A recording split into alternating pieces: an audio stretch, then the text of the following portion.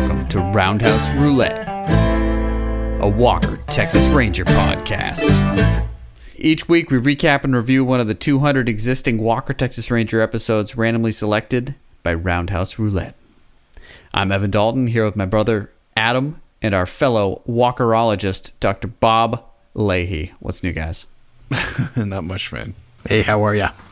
Well, we'd like to thank you all for joining us as we revisit Chuck Norris's trailblazing CBS action TV bonanza. Normally, we'd be coming in fresh with a randomly selected episode, but last week we were again blindsided by the three words no one ever wants to see in a Walker, Texas Ranger episode. To be continued. So today we'll recap and review Season 9, Episode 7, Turning Point. Hopefully the conclusion of this three-parter here, in which Walker continues his investigation of the chairman, or as I like to say, the chairman, who, as you'll recall, has been orchestrating the assassination of undercover government agents with the aid of his master computer hacker, the Wizard.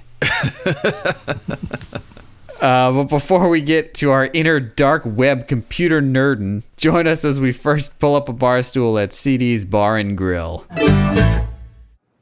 Wow, fancy meeting you guys here.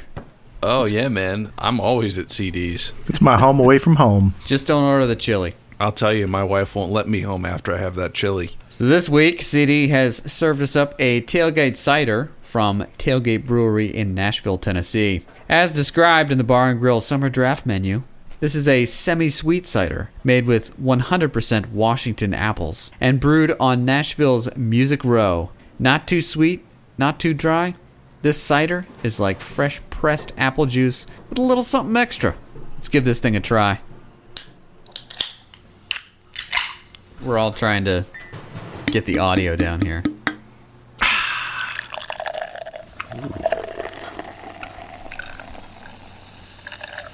Poured it all over myself.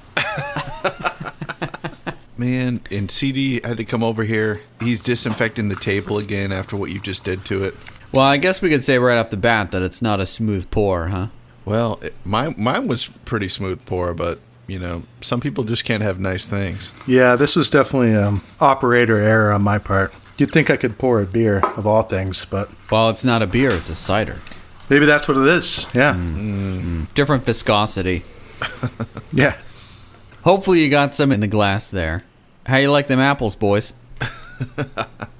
I love me some cider. In the cider trade, as they would say, it very much has the red apple taste. And I wonder what varieties of apples they used from Washington. I'd like to ask why they used them from Washington, not from New England. Apparently, I was reading they were looking for a locally sourced apples, but that pretty much doesn't exist in Tennessee. So No. they had to Climate's a little off, yeah. they go elsewhere for them, so we can't knock them there. But they do brew it in Nashville at their brewery on Music Row here. I'm hoping to brew up some cider myself one of these days. You've got your chickens, and now you're gonna make some cider. A couple months ago now, this was pre-quarantine.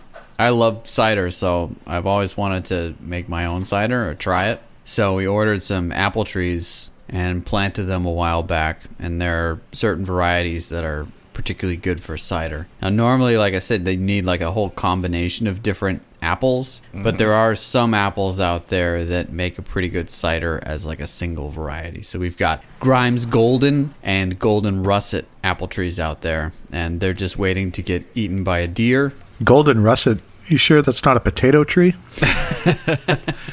Dude, that'd be sick. I don't usually have ciders, but I'm digging this. It's good. So. It's very much got an apple juice vibe. It almost tastes like the sparkling apple cider. I think they did it so they'd have an alternative for people who don't generally like beers. Great for the kids, too. Yeah. Bring the whole family down. We got apple cider. Well, it's gluten-free, right? I should think so. It's just apple juice. Yeah. You get gluten in there.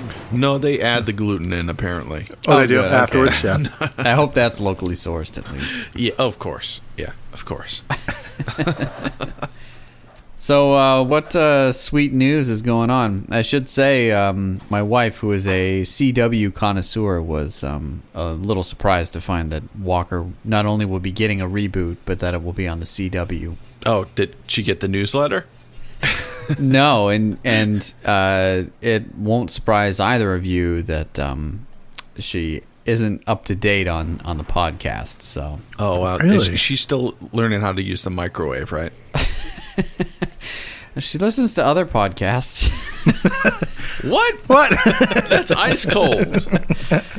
It's one thing to listen to Walker. It's another to live with a Walkerologist. Yeah, I mean, it can't be easy.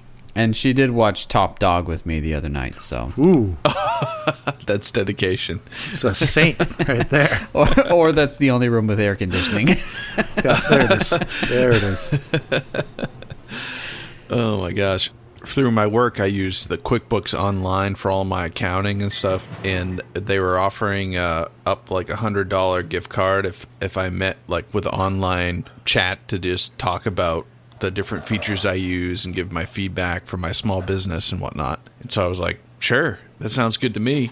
So they said, oh, it's going to be on Zoom. And I'm like, oh, great. So I've got Zoom all set up and everything. It's someone you never have talked to before. They're just going to ask you about QuickBooks.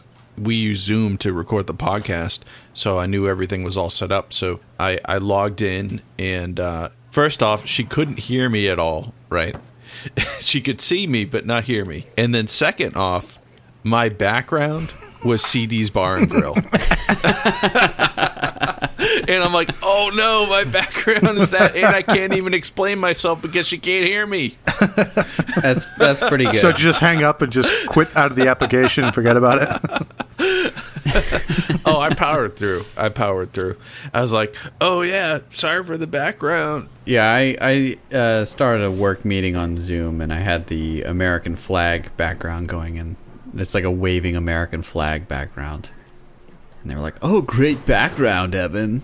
I'm like, actually, I have a Walker, Texas Ranger podcast, and that shut everybody up. They're like, we won't listen to it.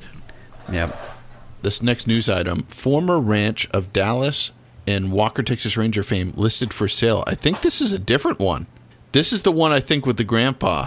You could say that about basically any of these. So this is another mansion that's for sale. This ranch was on the TV show Dallas and on Walker, Texas Ranger, apparently. The asking price is $2,799,000. This looks like it could be the pool from this episode that we watched, potentially.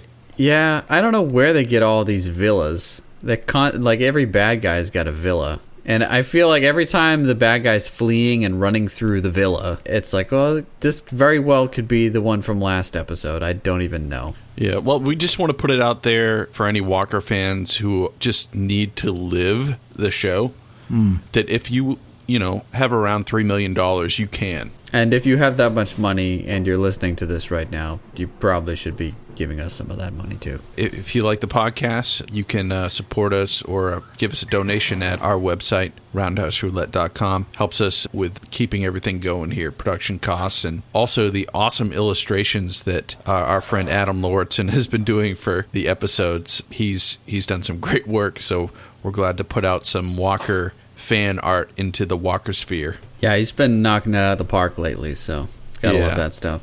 Got to give him a shout out. I'm honored to share the same name as him. But if you dig the illustrations, they're on our Instagram. Check out Adam Lauritsen at Imagination Run Amok on Instagram. As far as another news thing we got here, have you guys heard of this thing? It's called Cameo. Oh, yeah. Yeah. And you can get like celebrities to give you a shout out from their cell phone, which I bet you a lot of actors are doing now. Like Gary Busey and Chuck Norris. Gary Busey costs more than Chuck Norris. I believe that. Yeah, Gary Busey, $350. Chuck Norris, $300 for a Cameo shout out. The dude from Pawn Stars, he's a bargain at $85, but I bet he'd barter too. Yeah. Yeah. I feel like, hey, I don't have any cash, but how about this watch here? It's a Casio. I believe it was $20. Yeah, and Sherry J. Wilson is also on there. Really? Yep. So What's I think $20? Oh no, I'm sure she's more than that. Could you just have her say Assistant District Attorney Alex Cahill? Yeah, Sherry Wilson, $100. Have smartphone, will Cameo. Why not? This is like the actor's version of what is it? Fiverr, right? Where you get artists to do stuff. Oh yeah. And they're like, design me a logo for $5. And they're like, clip art it is. I love it when people are like, oh, I just use Fiverr for that. And you're like, oh, okay, yeah, Comic Sans, sweet. Anyway, I thought that was pretty funny that Gary Busey and Chuck Norris are both on there. And Busey's charging more than Chuck. Come on. Well, you know that Gary Busey's going to put more into it. Or you'll get more out of it, I should say. I don't know. You might not get what you expect with Gary Busey. I think that would be a wild card cameo. And that's the extra amount. That's worth it. Yeah. It's a little bit of a gamble. It is, totally. I did see that the new Walker, Jared Poladecki, is that his name? I got to learn how to say his name. He got a DUI this week. So, just want to get that up there in the gossip column. Rocky Stark. Was that in Texas? Oh, let's take a look here. Supernatural star Jared Padalecki arrested for assault and public intoxication at a Texas bar. Okay, it's in Texas, so yeah. I think he was practicing his roundhouse kick, and he was moving a little too much air, and then he just started spreading that virus like a tornado. If this were an episode of Walker, I would say, he's just practicing for his Walker role, because anytime someone walks into a bar, I know that they're going to get into a fight if it's a Texas Ranger. And bars are pretty much safe spaces for assault on police officers. This is what I've learned from Walker, is you can't really be charged for assaulting a police officer if it happens within a bar. And especially since in this episode, the cops threw the punches first in both the scenes that they fight. So, so definitely, definitely. We have to think in real life, these guys are in a bar, they're in Texas, they all know and love Walker Texas Rangers, so when they saw this guy, they're like, hey, isn't that the new Walker? It's on, They just gloves come off, and they just attack him. Exactly. And he's got to get used to that, too, Yeah. You put that badge on, it's basically like putting a target on your back, And he's got to know that, Walker doesn't drink. That's true. Yeah. He may order a long neck, but he ain't going to drink it. Yeah, he may smash it on someone's skull, but he'll never drink it. My running theory is still that Texas Ranger is always on the clock. And now that we've warmed our seats and stretched our hacking fingers, we're about ready to dig into this week's episode. If you're watching along at home and don't want any spoilers, hit pause and watch Season 9, Episode 7, Turning Point, and come back to us. Welcome back. Let's dig in, boys. This episode originally aired on November 18th, 2000, and picks back up with the Walker-led task force assigned by Washington. They are DC's only hope in stopping the chairman from killing undercover federal agents for any crime lord willing to pony up $15 million a year for his Murder Prime subscription service. For some reason, state officials have better firewalls than the feds, so the Texas Rangers were the natural choice for the job. Walker's task force consists of his fellow Texas Rangers Gage, Sidney, and longtime partner Trevette, with his now wife / still assistant district attorney Alex Cahill Walker reporting the investigation's progress to Washington. Also joining the gang for this multi-episode adventure are folksy New York cop Sergeant Vincent Rossetti Spaghetti, and everybody's favorite con chick / super hacker Buzz, who coincidentally had her life savings wiped out by a super hack from the wizard himself, who works for the chairman. Confused yet? Don't worry. Walker Texas Ranger's a journey, not a destination, and none of this really matters. So yeah, this episode doesn't really pick up where we left off. It goes back a little bit and gives us a bit of a recap first, which I guess kind of in keeping with the theme of last week's episode, the recap is kind of the best part. Yeah, unfortunately. Although I don't think this recap was as good as last recap, because the first episode was so much better. Oh, yeah. This recap covered the first 2 episodes. If I was rating this recap, it was half as good as last week's recap. That math checks out, yeah. That's correct. It was very proportional. So we did get to see Walker roundhouse kick Lazarus through a door, which was the best part of this episode. The recap of that. Right. Yeah, I think that's accurate. I'm glad we're in agreement. That's accurate. Yep. Yeah, so we get that, and then we open on the chairman, and the chairman's hanging out with the wizard, who's his computer whiz sidekick. Last episode, if you recall, We were left on a cliffhanger because Walker just walked into the Skype from hell, and they busted one of the chairman's clients right as he was having a video conference with the chairman. So Walker had the opportunity to basically do a little bit of a virtual walker-talkie there, and basically call him out and say, I'll be coming for you real soon. And so the chairman, he's got information galore. He can get information on anyone. Yeah. So he's got info on Walker. And let me just say, the only thing he has to say about Walker is, what a record. Yeah, it's like Walker is Batman because Batman can never do anything wrong. Batman's always right. He was like our primetime Batman because we weren't going to have a Batman TV show when they could make millions off his movies. Walker was the next best thing for us. Yeah, that's about right. At least in the Batman, the 1966 show, when Batman's always right about stuff, it's in an ironic way. Even the police are like, oh, Batman, what would we do without you? In Walker, though, it's kind of like, oh, he knows everything. While that's all happening, back at Mission Command Center, what looks like a college library, they're going through a list of people who have given money to the chairman's account. They pick out someone that they want to shake down, some guy going by the name of Billy Bob, which gives you an idea as to how tired the scriptwriters were at this point, where they just named a bad guy Billy Bob. And Rossetti's like, he's not Billy Bob. He's some con from up in New York who must have moved down to Texas as Billy Bob doing some other crazy stuff at this chop shop. And what happens next is my favorite Walker moment in this episode, when Walker says the words, well, why don't we go after Billy Bob? That was the best thing Walker did in this episode. Yeah, pretty much. You guys going to contest that? No. Nope. So, yeah, they decide to go down to Miami to shake down Billy Bob. And this is basically part of their surgical dismantling of the network of people supporting the chairman. Just as they're leaving, Buzz decides to talk a little bit of trash to the wizard. Oh, yeah, via some, weird web chat. This is pre-instant messenger, so, anytime a message comes in, they feel the need for the computer to say, you have mail.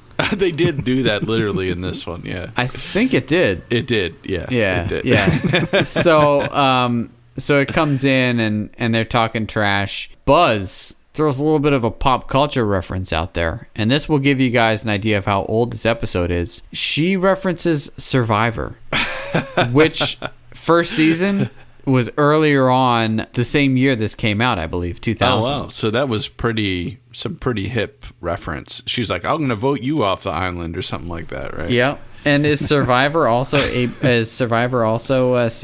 Let's confirm this. I'm pretty sure it is. Yeah. I always see the ads during football games, and that's the only time I ever watch CBS. Same here. Yep. Survivor is also a CBS TV series. There you go. Which is still on the air, right? Oh, that's 20. I think pretty sure it's still on. Seasons. Wow. 40? Yeah, they might do. It must be 2 a year. Yeah. Yeah, it's got to be 2 a year, huh? Who cares? I want to bring up this one point in the episode early on where the chairman brings in some guys into his lair. Oh, yeah.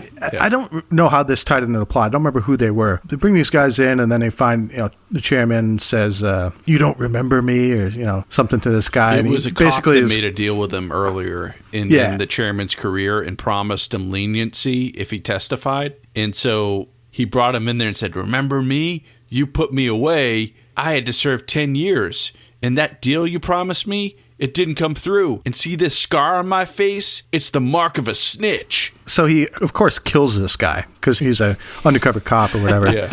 But the way he kills the guy, he pulls out the gun, and it's like he's never even pretended to fire a gun before. I don't know if you guys caught this, but it was just so awkward. It was really awkward. Rod. Of course, he shoots the guy point blank, and I don't remember what that had to do with the episode, but when he's pretending to shoot the guy, his arm just goes crazy. It's really the recoil. Just, I think he sucker punches him first though, which is pretty funny. Oh yeah. No, he kicks the guy in the leg first with his ninja skills, because we learned he's got ninja skills last episode. The only promising thing about this is that they're amping up the chairman's ninja skills. for something. I'll just leave it at that. They're trying to give the chairman some backstory. So basically, we learn about, oh, that's what scar on the chairman's face is from. Or, oh, his name is Nolan Pierce. But quite frankly, that's a detail no one cares about or will remember. Exactly. Yeah. In fact, pretty much we'll find that if they removed this episode of Walker, Texas Ranger from the series, it would do nothing. Yeah, pretty much. But let's move on here. So Walker dispatches the task force to Miami to take down Billy Bob, and they decide to go to Billy Bob's chop shop, which is basically where they're taking fancy vehicles and repurposing their parts. And now the they is Trevette, Rossetti, Gage, and Sydney. Walker stays at the compound and does that for the remainder of the episode. Like in the last episode, he's a master delegator. He's the head of the task force, and he's utilizing his employees as such. Yeah, he's just sitting in that office by himself, staring at the wall. Or plotting, and it has to be done, but it's not really why we watch this show. But anyway, so they go to this chop shop, and the bad guys are like, quick, pull the semi in. Pull the semi in. And earlier, Gage and Sydney and Rossetti had kind of taken this Mack truck over with all the chopped cars and taken all the uniforms from the people driving the truck so that when they could pull in the truck into the actual chop shop, that they'd be the ones talking to the bad guys. Which was fairly pointless because seconds later, they're in a fist fight. I think they only did it so that they could have Sydney have the guy in the truck at gunpoint. And he says, well, what do you want? And she goes, I want you to take off your clothes. Then he gives a little bit of a, what? And then, exactly. So that they're like, oh, so they could go undercover. But the people who wrote this show, they did that on purpose. Let's just say the people who wrote this show would never have Gage say that. Exactly. Yeah, Gage would not be saying that. So, yeah, they have a crazy fight where basically Gage is jumping all over the place, which is what he does. And, like Sydney's getting all freaking, like, Mortal Kombat. I'm glad you mentioned Mortal Kombat because in this episode, the music... The music is like it, too. ...is Mortal Kombat. It's like you're playing Mortal Kombat, and the sound effects were like the punches from the video game. It was like a video game, right? The only way to describe the sound effects in this episode are catastrophic. Yeah. It's like thunder going off. Or like if someone does a kick, there's like a huge whooshing sound before the kick hits, and then when it lands, it's like a bam. Like it. And all it's like it's like you were literally the soundtrack to Mortal Kombat. And it's kind of like really stark too, because it's kind of like normal episode, and then you're like, whoa, I guess I'm playing Mortal Kombat. And Trevette's like punching like crazy and doing all this stuff. He actually got a lot of fights in this episode, and that was maybe the one consolation to this episode is we got to see Trevette bust a bunch of skulls. But Sydney with that chain though? Yeah, what's that was going brutal, on there? Right? Ridiculous. Yeah. She's like hitting guys in the face with this huge chain.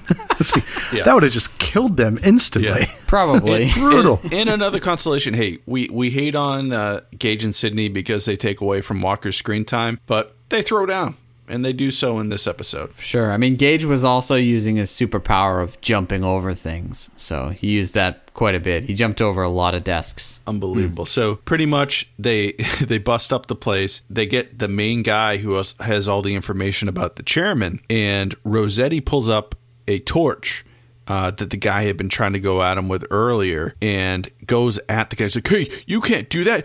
Don't do that. And Trevette comes in and says, hey, man, no, hold back. And they play the typical good cop, bad cop routine and pretty much get the information out of him. And the moment they do that, I was like, oh, man, they're doing good cop, bad cop. They're literally going to say good cop, bad cop. Self-aware. And then immediately after they get the information, the guy's being taken away by the police. They go, you're really good at that good cop, bad cop thing. It's a slam dunk. So they get the location of Billy Bob, which, of course, Billy Bob Jackson lives in some random nondescript Miami mansion instead of a Dallas mansion. It could be for sale right now. We don't know. Yeah, it could potentially be the one that we were talking about earlier. Although I bet the one that's for sale right now doesn't have mid-90s or early 2000s bikini babes walking around it. But they probably do have those swimsuits for the guests. And in the closets, it probably has a lot of oversized Hawaiian shirts as well, which is basically what every bad guy there wears. Would you guys wear my guest swimsuit if you're over my place? If your place were a $3 million mansion, maybe. Oh, if the pool was nice, you'd think about it? Yeah. We actually get a double dose of Shakedown right now. We're getting the Billy Bob Jackson Shakedown, where they go there and the sleaze Billy Bob Jackson is, you know he's a bad dude when he's trying to make a parrot say something. Then Rossetti, who has some history with him, shows up and he gives Rossetti a hard time. And then he gives Trevette a hard time by calling him Rossetti's shadow, which cringe there. That right? was terrible. And I'm like, did they really? And then, for good measure, he says, get it? Like a shadow. This is the bad guy saying this, yes. Yeah. And then Rossetti goes, no, he's my partner. Like, and you got to watch out. Like, that corrects it. That was just terrible. I mean, come on. The whole point of this is just for them to say, we're on to you, man. We're going to crush your enterprise. And that's it. So while they're shaking him down, Gage and Sidney are going to shake down Artie, who's Billy Bob's accountant. And this is really the lamest shakedown of all time because it's two cops against an accountant. An old man accountant. Yeah. During this scene, though, I kind of thought for a minute he was going to, like, make a run for it. or throw down. Or all of a sudden this guy can fight. Yeah, he's basically got the same body type as any of the henchmen, which is to say dumpy and wearing oversized clothes. Yeah. So they basically say, hey man, you've been laundering money for Billy Bob. We got to bring you in as a witness. And he's like, okay. He's like, guess you got me. Right. So Billy Bob is freaking out and he calls up the chairman and he's like, hey, you guys promised me you'd be taking care of these guys, and they're in my backyard. I'm in Miami. What's the Texas Ranger doing there? And the chairman's like, I'm already taking care of it. Don't worry about it. And the wizard's fingers are flying all over the keyboard, typing in gibberish. My favorite shot of the wizard, the hacker in this episode, is when they show his reflection in the glass of the table and then pan up to his actual self hacking on the keyboard. I love when they show that desk, because it's like the desk is probably like 6 feet deep, you know? But when they show it, like the keyboard is all the way towards the front edge of it, but the cable goes all the way back over it. And the same is true for the computer and the mouse. So it's like this pristine, shiny desk, but just then you got these like, you got like these cables all like going all over the edge of it. Yeah, that was good. And also the keyboard sound effects in the show were on point for the hacker. For sure. Anytime something got typed in. So yeah, the wizard's on top of things. He hacks in and gets all the flight info. And that's the flight for Gage and Sidney and Artie, the witness. And they're flying from Miami back to Dallas. So he can testify against Billy Bob. Right. So once he has the info, the chairman calls his henchman named Cain. Is that what he calls him? Is he calling all his henchmen, like naming them after characters in the Bible? I don't know if his name was Cain, but he was definitely Abel. Ooh, nice. He definitely enables a device on the airplane. Boo. I said boo. Let the record show. And we later find out what this device does, which is override the controls of the plane itself. Oh, man. I thought it was a bomb. I was like, okay, it's a bomb. Yeah, blinking red light, little antenna. Right. Yeah. We should have known there was no clock on it. Very true. Right?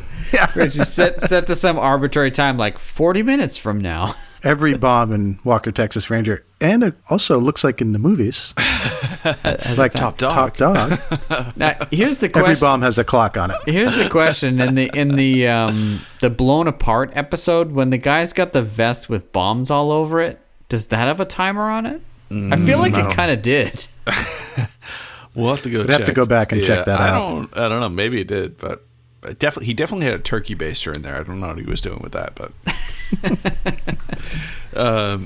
Yeah, so they get up in the plane and they do a little bit, like Walker checks in on a cell phone with Gage to be like, hey, how's the flight going? And Gage is like, oh, no problems, we're up, and the accountant's here. He just threw up. And they do kind of like a little comedy thing about, he's airsick.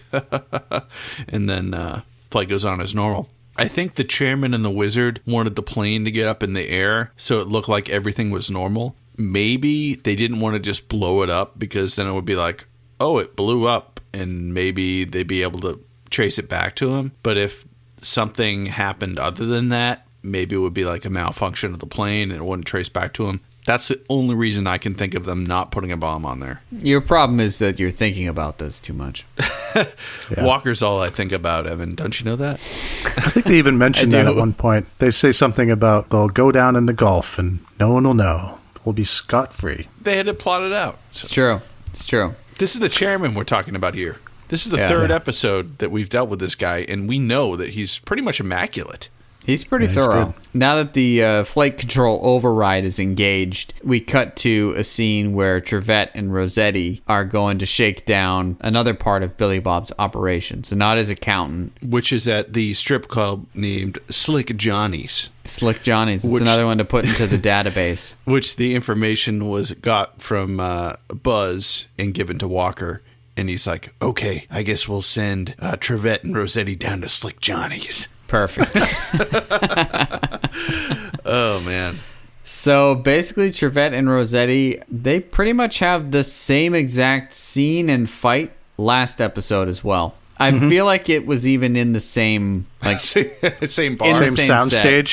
Yeah, for sure. Yeah. Rossetti goes up to the guy he knows and he says, hey, we're here looking to crack down on Billy Bob. And he's like, man, aren't you out of your jurisdiction? Just like earlier, right? And how everyone's talking about, what's this New York cop doing down here? He goes, yeah, and then he flashes his badge to the bad guy, and the bad guy goes, a little New York tin, huh? I thought that was awesome. New York. At which point, they mouth off, and Rossetti definitely throws the first punch, and then everyone just breaks into a fist fight, and Trevette's throwing people over, and I don't even know, how's this fight end? It's pretty much the Mortal Kombat music. The moment Rossetti threw that first punch against this guy, and he's the cop, by the way, Mortal Kombat music starts up, and he and Trevette just start breaking house in the strip club, and all the goons start flying everywhere. Yeah, I mean, I think the Mortal Kombat music probably started playing earlier. I think there was a dancer named Sub-Zero. In this time, too, they had like 80s shred guitar over the top of it, too, with dive bombs on the guitar. Oh, it's amazing. It was glorious. It was it was so outlandish that these fights were definitely the best part of the episode. Yeah, they kind of just have a pointless fight and I guess shake down... Oh, no, the fight ends with state police coming in. I don't know why they come in or for what reason they're arresting everyone, but they do. Oh, right. And the guy's like, what are you going to charge me for? And he finds like an ankle holster on this goon. He says, I bet you this is unregistered. And then Trevette pulls out like a pencil and they put it in the where the finger, what do you call it? The trigger? Trigger guard? Yeah, trigger guard. That sounds like a thing. I don't know. Oh, man. People are going to... Anyone who knows anything about guns, you can please troll us at our email and tell us how much we don't know about guns. So anyway, to preserve the fingerprints on the gun, they use the pencil technique. Yeah, but they don't actually put it in a plastic bag, so it's fairly pointless. But no, Rossetti has already touched it with his hands. Yeah. Hashtag nailed on a technicality. Yeah. But this could have been Rossetti's gun. He planted it on him. His fingerprints were all over it. Yeah. Anyway, but let's not think about that because this show is definitely not. That's true. So back to the airplane carrying the valuable witness against Billy Bob. We've got Gage, Sydney, and the valuable witness on this plane. And we've already checked in with Walker, and Walker's like, oh, everything's going fine with these guys until Buzz comes to Walker, and she's all like, hey, man, he's doing some weird stuff. And while we're hearing her say this, we see the wizard commence a fuel dump over the Gulf. And this is from his, like, Windows 98 flight simulator, right? Yeah. Yeah, you know that they got, like, a computer at the dump? for this for this show, and they're like, "Oh, it's got a flight simulator on it. Okay, we could use that in this episode." Little did we know it would turn into half the episode. Yeah, pretty much. Yeah, this is probably around minute 30. So, yeah, it's at least a third of the episode is this whole saga. So the wizard has taken control of the plane carrying the accountant, and he's using a flight simulator to dump the gas so that the plane will go down. Yeah. And Buzz is on to this, and she tells Walker, hey, I'm getting some weird signals from that plane. And he's like, can you look into it? Well, yeah, I will right now. And she pulls up her computer, and she starts... And she has the most outlandish quote. I wrote it down here. She says, he's bouncing the signal all over the place. Cell phone receivers, SATCOM transceivers. If I can hitch a ride on his carrier frequency, my input will sync with his interface. That's what she said. Yeah, literally and figuratively. Yeah, that was ridiculous. And he's like, okay, we'll do it. So she does. And she manages to stop the gas dump. So they have some gas left in the plane. At which point, the chairman's like sitting over the wizard's shoulder as he's trying to hack this plane down. And he's like, what happened? And he's like, oh, this Buzz, she's good. And he's like, oh, can you do anything? He's like, well, I'm better than her. And then Walker and Buzz are in the task force headquarters doing the same exact scene, except from the other end. And she's like, well, he's probably going to do something else now because he just sent me this weird message via the dark web AOL chat. And he says he's going to get me. And it's a chess game. Walker's like, what is he going to do? Well, whatever he's going to do, it's not going to be good. And the moment that word comes out of her mouth, the air pressure starts going down on the flight simulator because they're taking down the cabin pressure for the whole plane. Well, everyone on board starts to get lightheaded because his oxygen is depleting from the plane. As people start to pass out, I think Gage at some point realizes what's happening, or they call him. The whole time he's using a cell phone at 30,000 feet, by the way. It's really helpful because the first thing that the wizard does is disengage the radio contact. Yeah. Right. That doesn't change the fact that cell phones don't work in airplanes like that.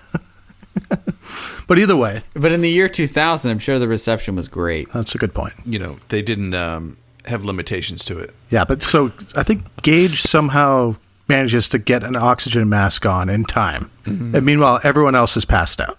So he spends all this time running around the airplane putting oxygen masks on everybody. And this is while the pilots are passed out too, by the way. Pilots are passed out, yeah. Right, I was thinking, why are you putting the mask on your partner first? Put it on the damn pilots. They're the one flying the plane. Yeah, we need them back first. Then again, the pilots would be well aware the cabin pressure was dropping, and they should get a damn mask on themselves. Yeah, they should have done that right away. Yeah, Instead, they just kind of doze off.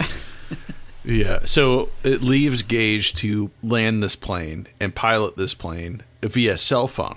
His only direction is Buzz at her hacker computer with Walker leaning over his shoulder. Looks like it's time for a flying lesson, buddy. Yeah. One thing about Walker is he's always calm in the face of danger. And he definitely was not like being like, oh, don't worry, we got you. He was just like, we're going to talk you through it. So at some point, Gage's phone dies, right? Yeah, exactly. So I was like, that's a realistic but yet unnecessary thing to have happen because he just immediately goes back and gets Sydney's phone and calls them back. Yeah. I was watching, I was like, okay, because I thought it was going to be his phone's dead. That's the only phone on the plane. He's going to have to do this himself. Exactly. But no, he just gets another phone and calls them. Right. All right. I was thinking at the time, though, like, oh, what happens if his battery dies? Keep in mind, the cell phone is the OG flip phone. This is a Motorola StarTAC. Yeah. This is before. Right? I remember it's those. probably got a battery life of like 5 minutes. Yeah. He was playing Worm on it for a while. Is that what it's called? Snake. He's playing Snake on it. This was No, that phone didn't even have Snake. Yeah, this is like before the phones had Snake. pre Nokia phone. I had one of these phones, and the display was like an alarm clock. Which, by the way, did you guys notice when they dumped the fuel and all the instruments started going crazy and beeping? That was just an alarm clock sound effect going off. If you go back and listen to it, it's like, oh, that's piercing. I know that sound. It's like an old school alarm clock sound. In their in the air footage was just like stock footage of a plane. Oh, when they dumped the fuel too, that Yeah. graphic or whatever. Right. Oh. It was like digital like white Microsoft noise Paint. or something. Oh, yeah. They cut back and forth to it a few times, but they do it pretty sparingly. Mm-hmm. They did show way too much footage of jets flying around, though. Like that. yeah.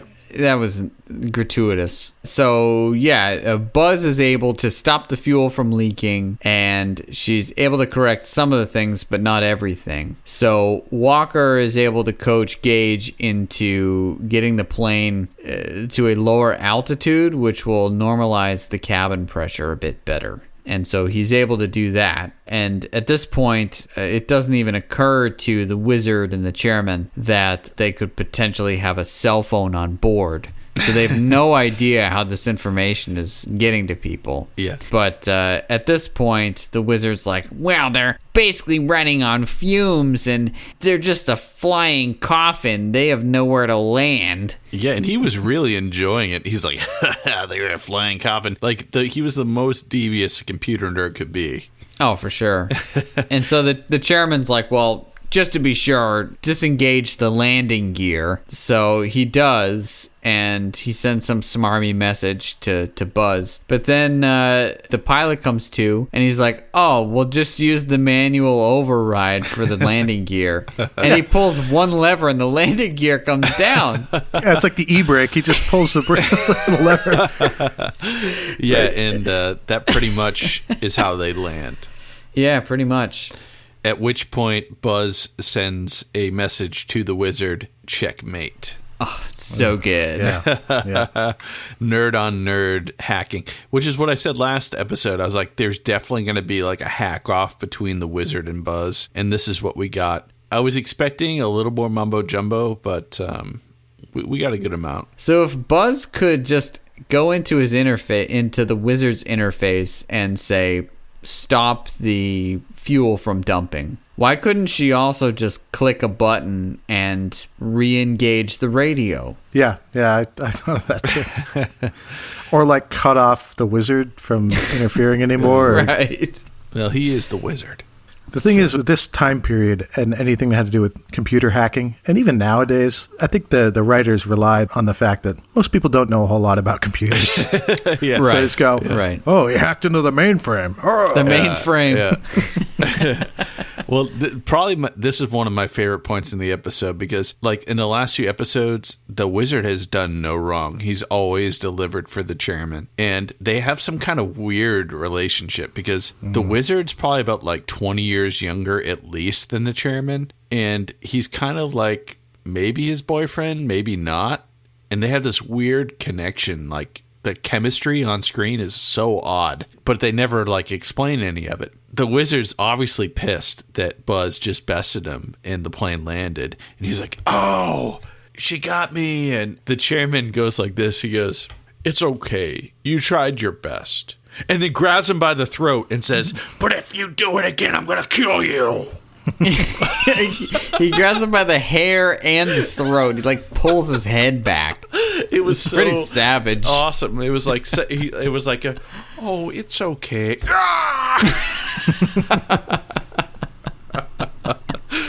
Oh man. So the plane lands.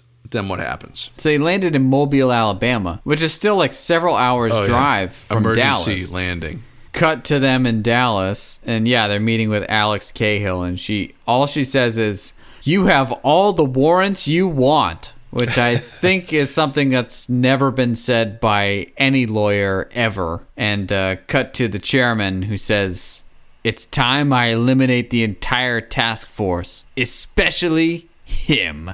Yeah. And then, to be continued. What? Are you serious? Another to be continued? Yeah, the hits just keep coming. I feel like we're trapped in season 9. Yeah. It's just I feel like I'm trapped in a never-ending roundhouse kick loop. Oh my gosh, it's like Groundhog Day here. I mean, if it wasn't already like that. Pretty much. Oh man. Well, hopefully this next episode will be the stunning conclusion. You know, they've been showing us that the chairman is a master fighter in karate, guys, so I can only hope that Walker goes one-on-one with him in this next episode. And as you predicted last week, Evan, or hypothesized, you think Buzz is going to fight the wizard in hand-to-hand combat. I think she's going to punch him once, and he's out. That's what I think. That's my prediction. You don't think they're going to have both of them somehow know martial arts and actually have a fight for some reason? That would be awesome, too. The two hackers. I mean, that would be awesome, but that totally won't happen. I think the ultimate justice for a nerd, as far as, say, Aaron Norris is concerned, is for him to be punched out in one punch by a girl. Oh, definitely. That's That's it. You're right. But you have to remember the time we're in here. This is right after The Matrix came out. Oh my God. Yeah. And in The Matrix, he was just a nerd programmer, right? Right. But, ended up being a superhero. Yeah, there is a scene in this episode where she's looking at code, and it's definitely going vertically, which is totally not what it does, right? Oh, yeah. And she's typing. I remember that, too. She's typing. Right. But there's no sign of where that input is going. There's just streaming lines on the screen. They also showed a few more wider shots of the task force hack room, and they had 3 TV screens up on the wall with hacker code going on each one of them. And it said I missed that. It said like north, east, and west. Over the Oh, top yeah, of them. no, that's And I'm right, like- that's right. It was I'm like, like- central, western, and eastern. And it's like, what is that for? Usually you would have a clock, you know, if you're going to Right. do that kind of thing. But it was like code going over TV screens. Yeah, I wasn't sure what that was. It still showed like the cheesy caption PowerPoint presentation that they had. That was like an overhead projector. Unbelievable. Well, that about sums up this episode. When we come back, it'll be time for us to each rate Turning Point on a scale of 0 to 10 boots to the face, resulting in our patented Roundhouse Roulette episode ranking, complete results of which are available on our website, roundhouseroulette.com. Don't go away. Welcome back. Well, what did you think about this episode, Bob? 4. And I'm tempted to go 3. Yeah. No, I'm going 3. It's 3. Yeah. I mean, the only part that I kind of liked from the whole episode perspective, I actually didn't mind that most of the episode was in the airplane. Mm-hmm. Because all the jumping around with these characters I don't care about Right. is useless to me. So the fact that everything was in the airplane, I felt some genuine suspense actually when I was watching it. Yeah. Yeah, I actually... It wasn't done well, but it was suspenseful. So Totally. that's the only thing I had going for it. Everything else, I'm just like, the fights were okay. It just didn't do it for me. I feel like these episodes are just getting worse, and I just want to get out of season 9 so badly. And I can't believe we have to do another one of these. Yeah. So that's a 3 for you, Bob. Yeah, it's a 3. All right, how about you, Adam? You know, I knew I was going to go low on this one, and I wasn't quite sure. I was going to kind of wait until we talked about it. And yeah, the fights were ridiculous, but they didn't involve Walker. This is Walker, Texas Ranger, not Walker, Texas Ranger in the retirement home with a Walker, Texas Ranger. We don't want that. And we want to see some action from Walker. And he was like in this show like maybe 2 or 3 minutes. Just like pointing at a paper or something like that. So I'm going to go. It's so hard. I'm Go with your heart, man. 2. Listen to your heart. It's a 2. Good. Nice. You could justify it. There were some good fights. Trevette got some good stuff in there, but this is Walker, Texas Ranger here. And this episode deserves some hard love. Yeah, Walker is like middle management in this episode. Yeah. Yeah. He was like doing people's like performance reviews Exactly. in the back office the whole time. Mm-hmm. Like totally absent. If this was the Gage and Sydney show or Rossetti and Trevette show, I'd say, oh, cool. But no, this is Walker, Texas Ranger. And if it was one of their shows, we wouldn't be watching it and making a podcast about it. That's true. So true. Yeah. Yeah, I've got a big 3 written in my notebook. I probably could have been convinced to go even lower. Because, yeah, as you said, there's virtually no Walker in this episode. So why are we doing it? But, Trevette really gets his licks in. Mm-hmm. And Rossetti does a lot of sucker punching to people's faces. And the sound effects are completely over the top. And the music, yeah. Yeah, and like the fight scenes in particular were just completely outrageous. And that's why I gave it a 3. The airplane thing, it's basically like trying to defuse a bomb, except with a bomb, they only have 30 seconds and they play it out over 3 minutes. Whereas with the airplane, they've got 10% gas and they play it out over the last 20 minutes of the episode. And that's just too much. Yeah. I feel like already, I mean, we haven't seen the conclusion of this yet, but they really could have combined the last 3 episodes almost into 2 episodes, maybe. You know, but that would have made the first episode in the series worse, even though it was amazing. I mean, this next episode has to be incredible, and they have to conclude it with this, right? Because, normally it's a 3-part arc. I'm not going to give Walker the honor of calling it a story arc. I'm just going to call it a 3-part series. Yeah, but this 4 just seems like an awkward number.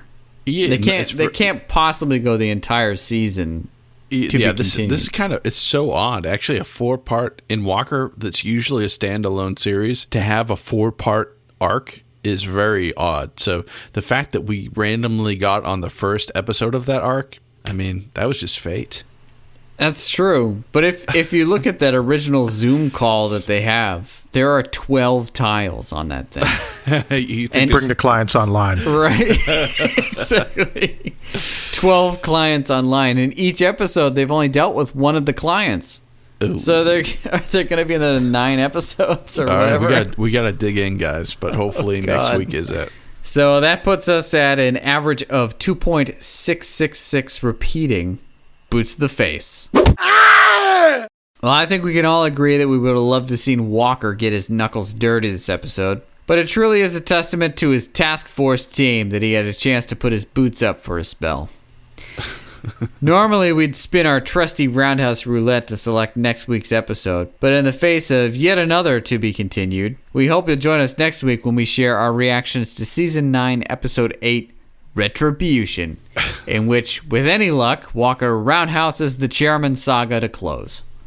In the meantime, share your opinions with us on Facebook and Instagram at Roundhouse Roulette and on Twitter at RoundhousePod. And feel free to rate and review us on iTunes or wherever you get your fine podcasts. Until next week, may the eyes of the Ranger be upon you. When you're in Texas, look behind you. Oh, 'cause that's where the Ranger's gonna be.